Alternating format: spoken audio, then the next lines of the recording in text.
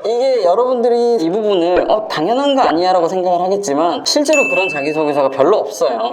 본 영상은 이미 업로드되었던 이 영상을 재구성한 영상으로 불량의 압박으로 선뜻 해당 영상을 보지 않은 기존 구독자, 지난 영상들은 아직 보지 못한 신규 구독자들을 위해 핵심 부분들을 재편집하여 프로를 한 것임을 알립니다. 이미 해당 영상을 보신 분들은 뒤로 가기를 누르셔도 좋습니다. 복습 차원에서 한 번 더 시청하시면 더 좋습니다. 준PD 올림. 자소서 인사 담당자 입장에서 평가해보셨잖아요. 많이 해봤죠. 네, 많이 해보셨는데 어떤 자소서를 많이 좋은 점수를 주고 합부를 결정하게 됐나요? 사실 자기소개서가 어떻게 보면 가장 어려우시고 어떤 의미로는 시간을 굉장히 많이 쓰시는데 되게 쉽게 생각을 하면 됩니다. 나중에 뒤에 면접도 마찬가지인데 자기소개서도 회사와의 대화거든요. 질문에 답을 하면 됩니다. 질문에 답을. 진짜 중요한 게 질문에 답. 이게 여러분들이 생각보다 이 부분을 당연한 거 아니야 라고 생각을 하겠지만 의외로 자기소개서를 읽어보면 정말 과반수 이상의 친구들이 회사에서 물어본 말에 답을 못해요. 물어본 말에 답을 해야 되는데 지원 동기를 알려주세요 그러는데 니네 회사가 잘 나갑니다, 니네 회사가 세계 최고예요, 이런 이야기를 합니다. 사실 지원 동기는 내가 왜 이 회사에 가고 싶은지 또 내가 왜 이 직무에 관심이 있는지를 보고 싶은 건데 우리 회사 이야기는 오히려 보시는 분들이 다 잘 알거든요. 그런 식으로 자기소개서의 질문들은 정말 하나의 주제들을 물어보는 거거든요. 지원 동기, 너의 강점, 약점, 강점, 약점. 뭐 이런 것들을 물어보는 거기 때문에 거기에 대해서 내 이야기를 할 수 있는 하나의 간결한 문장들을 준비를 하고 그 질문에 답을 하는 거를 가장 중점을 두시는 게 제일 중요합니다. 사실 그 진짜 제일 중요한데 생각보다 못하는 것 같아요. 맞습니다. 이게 다들 자기소개서 보면 아니라고 생각을 해요. 나 좀 굉장히 잘 쓴 것 같은데. 근데 저는 정말 1년에 많게는 몇천 건에서 뭐 몇만 개까지도 읽어보지만 실제로 그런 자기소개서가 별로 없어요. 그렇기 때문에 질문에 대한 답만 해도 이미 그 자기소개서는 통과될 확률이 굉장히 높아지거든요. 그런 의미로 자기소개서는 질문에 답을 하기 위해서 질문의 의도를 파악하는 그것부터 시작을 하는 게 사실 제일 중요합니다. 근데 그 질문의 의도가 생각보다 숨어있지는 않는 것 같은데, 그렇죠? 그냥 있는 그대로. 굉장히 대놓고 말하고 있죠. 굉장히 대놓고 말을 해요. 근데 이게 왜 어렵냐, 뭐 1000자, 1500자 이렇게 가다 보면 이야기가 길어지면서 이야기의 방향성을 잃습니다. 제가 많이 표현하는 걸로 자기 글 속에서 자기가 길을 잃어버려요. 길을 잃어버린다. 내가 하고 싶은 말이 명확해야 되는데 그냥 길게 쓰려고 하다 보니까 내 말 속에서 길을 잃고 막 혼자서 헤매고 있어요. 이렇게 방황하는 친구들이 너무 많으니까 그 글을 읽는 사람도 헤매거든요. 그냥 내가 하고 싶은 말 주제를 정해놓고 그 주제에 대한 이야기를 하기 위해서 노력하는 연습, 그런 분량을 늘려가는 연습을 하는 게 사실 제일 중요하고요. 그래서 뭐 지원 동기라고 했을 때 나는 왜 지원하는지 한 단어, 한 문장, 강점은 무엇인지 한 단어, 한 문장. 이제 그런 부분에서 이제 거기에 사례를 붙여나가고 살을 붙여나가는 게 중요한 거죠.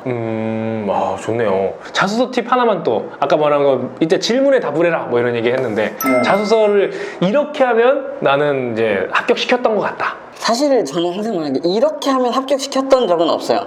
이렇게 하면 불합격을 시키지 않았다로 접근을 하는 게 오히려 좋긴 하거든요. 그렇죠. 네거티브 셀렉션. 네거티브 셀렉에서 피하는 게 좋은데 제가 말하는 것 중에 읽는 사람을 배려하라고 표현을 하거든요. 좋은 표현입니다. 네, 읽는 사람을 배려해야 됩니다. 여러분들 아니 안 그래도 내가 지원하는 을인데 글을 읽는 사람까지 고려해야 되냐 이렇게 생각을 하실 수도 있지만 그렇게 보셔야 돼요. 저희 같은 인사 담당자들은 일입니다. 일이기 때문에 당연히 봐요. 근데 사실 자기소개서를 읽는 분들 중에 대부분의 분들이 인사 담당이 아니라 개발하시는 분들, 마케팅 하시는 분들, 현직자거든요. 이분들은 자기 일이 있습니다. 맞아요. 자기 일이 있고 자기 회의가 있고 자기 미팅이 있는 분들인데 이것까지 읽으라 그러면 되게 귀찮아하시고 되게 불편해 하시거든요. 그런 분들이 글을 읽는데 글 자체가 읽기 싫다 그러면 사실 좋은 평가 받기가 어렵습니다. 그래서 그분들에 대한 배려가 되게 필요해요. 이런 배려들은 어떤 게 있냐, 아까 처음에 말씀드렸던 뭐 띄어쓰기, 맞춤법, 문단 나누기, 뭐 소제목 이런 것들은 굉장히 기본이고요.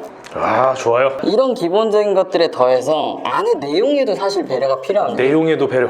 궁금하네. 내용 어떤 배려? 내용의 배려는 사실 어려운 건 아닌데요. 이제 간혹 그런 친구들이 있어요. 인사 담당자니까 아시겠지만 SK 써니 뭔지 아시죠?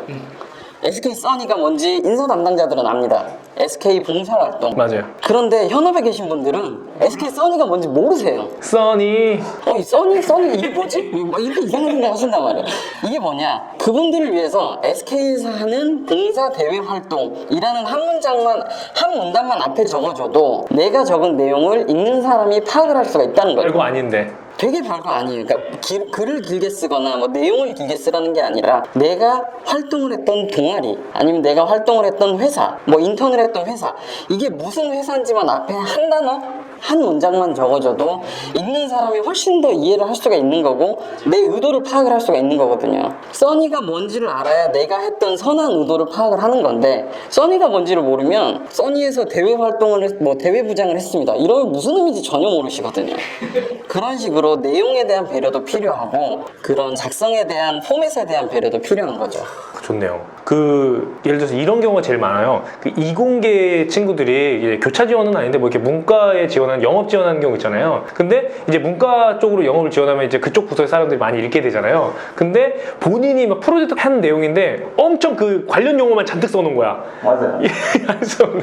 사실 개발자분들 이력서 보면 사실 그렇거든요. 그러니까 우리 엔지니어들 지원하는 친구들 당연히 전공 지식을 뽐내고 싶고 전문성을 뽐내기 위해서 내용을 적는 거 중요하죠. 근데 이게 굉장히 밸런스가 중요한 게 근데 반대로 이런 거를 쓰는데 개발자분들이 읽는데 거기다가 설명을 또 주저리 달면 괜히 가르치는 느낌이 들 수 있거든요. 그러니까 예를 들어 본인이 방금 말한 것처럼 교차 지원을 하는 뭐 마케팅이나 다른 직무에 지원을 할 땐 좀 더 설명을 써주되 상대방이 읽는 사람이 누군지 판단해야지.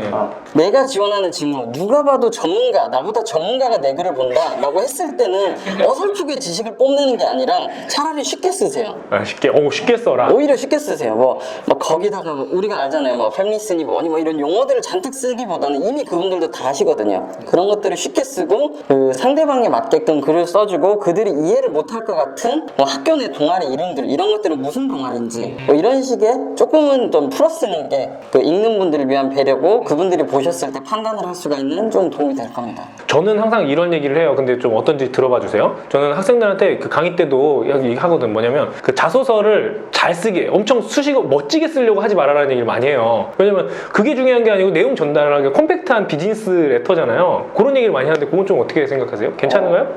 사실 이거는 맨 처음에 말했던 거랑 비슷한 것 같아요. 결국은 물어보는 말에만 답하면 돼요. 사실 여러분들이 글을 아무리 잘 써봐야 글 잘 쓰는 사람을 뽑을 거면 작가를 뽑는 거고요. 맞습니다. 소설가를 뽑을 거예요. 여러분들은 글을 잘 쓸 수가 없어요.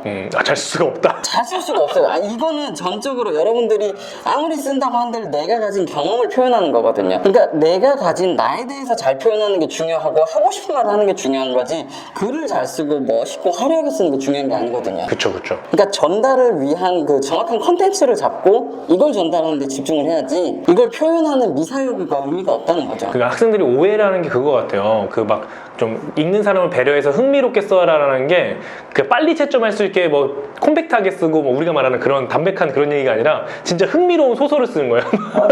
재밌게 쓰려고 노력하는 실수하지 않나? 예를 들어 그런 거 있잖아요. 1500자, 1000자 이렇게 긴 글 쓰면 특히 더 많은데 사실 1500자, 1000자라 그래서 그거 꽉꽉 채우라고 하는 거 아닌 거거든요. 네네. 보는 분들도 그거 다 읽으면 되게 힘들어요.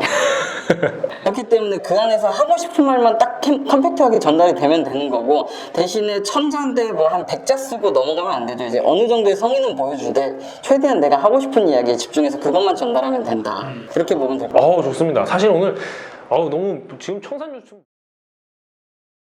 자, 즐겁게 보셨다면 구독과 좋아요를 눌러주시기 바라겠습니다. 그리고 조금 더 보완이 필요하다면 싫어요 눌러서 저에게 피드백 주시면요 반영하도록 할게요. 그럼 이상 마무리하도록 하겠습니다. 안녕.